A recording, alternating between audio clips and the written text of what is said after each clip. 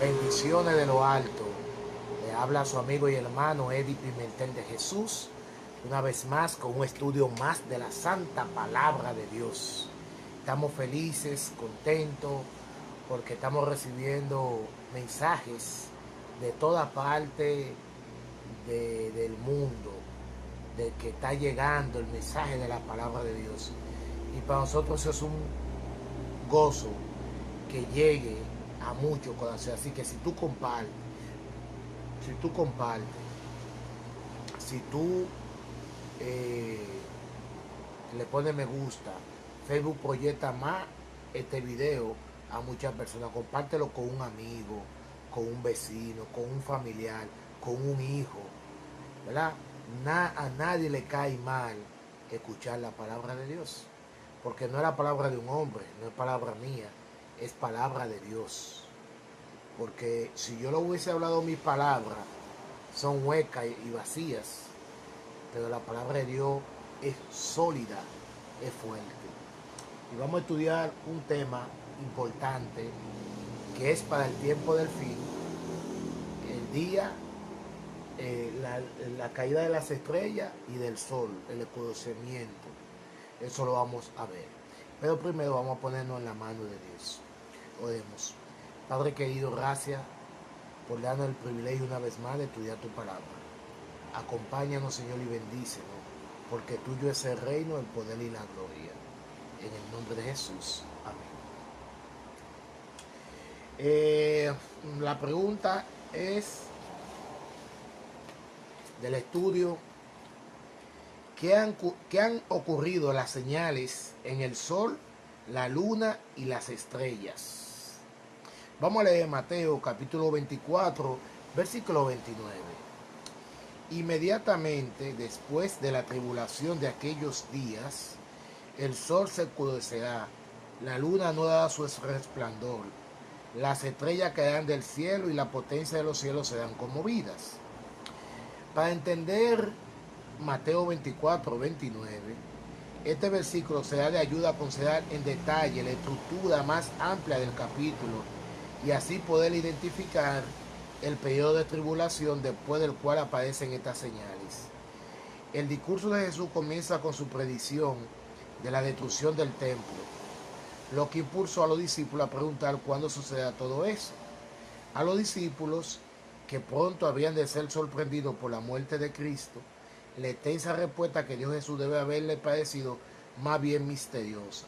De hecho, después de la resurrección le preguntaron: Señor, ¿retornará el reino en Israel en este tiempo? A contestarle, Jesús dejó claro que no debemos esperar que Dios nos provee un cronograma de los eventos futuros. Los intentos de encontrar tal cronograma profético en Mateo 24 ha complicado la interpretación de este capítulo. En realidad, el discurso de Jesús tiene simplemente dos principales puntos focales: la destrucción de Jerusalén y el fin del mundo. Vamos a ver la estructura de Mateo 24. La predicción de la destrucción de Jerusalén con su templo fue hecha siglos antes por Daniel, cuya profecía Jesús no instó a leer y a entender. Se ve que los discípulos, después de escuchar a Jesús decir que el templo será destruido, pensaron que ese acontecimiento señalaría el fin del tiempo. Pero ¿por qué los días finales de la historia de la tierra estaban lejos en el futuro? Los discípulos estaban inadvertidamente formulando dos preguntas separadas. Número uno, ¿cuáles serán estas cosas? Esto es la destrucción del templo. Y dos, ¿qué señal habrá de tu venida y del fin del siglo? Un cuidadoso estudio de la respuesta de Jesús muestra que tienen dos partes principales, las cuales se corresponden con estas dos preguntas.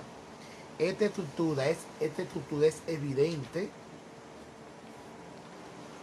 y a partir de repetición de eventos y dos momentos diferentes de su discurso, incluyendo la aparición de falsos Cristos, falsos profetas, tribulación, diversos cataclismos de la naturaleza, y además en la primera parte de su discurso Jesús nos advierte que aún no es el fin, que es solamente el principio de dolores.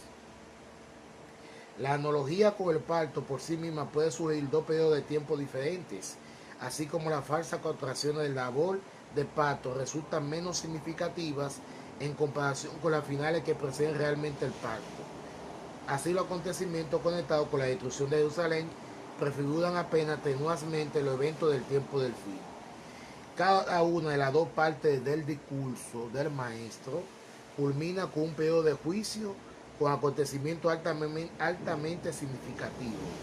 La primera parte culmina con la abominación desoladora, que los creyentes han de reconocer como la señal para huir de Jerusalén y así escapar de la eminente destrucción de la ciudad. La segunda parte, marcada por el fin de la gran tribulación, culmina con presagio en el sol, la luna y las estrellas, los cuales los creyentes reconocerán como la señal de que el juicio final ya ha comenzado y velarán y se prepararán para la segunda venida del Hijo del Hombre.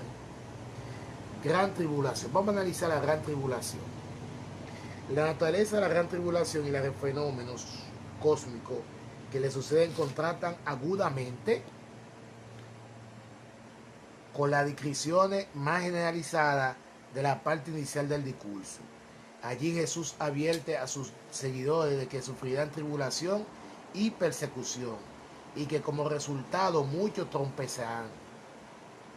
Más adelante, sin embargo, Jesús se refiere a la gran tribulación cual nunca hubo anteriormente. En realidad, aquellos días serán tan severos que serán acortados por causa de los escogidos. Ambas referencias a la tribulación se extrañan en la persecución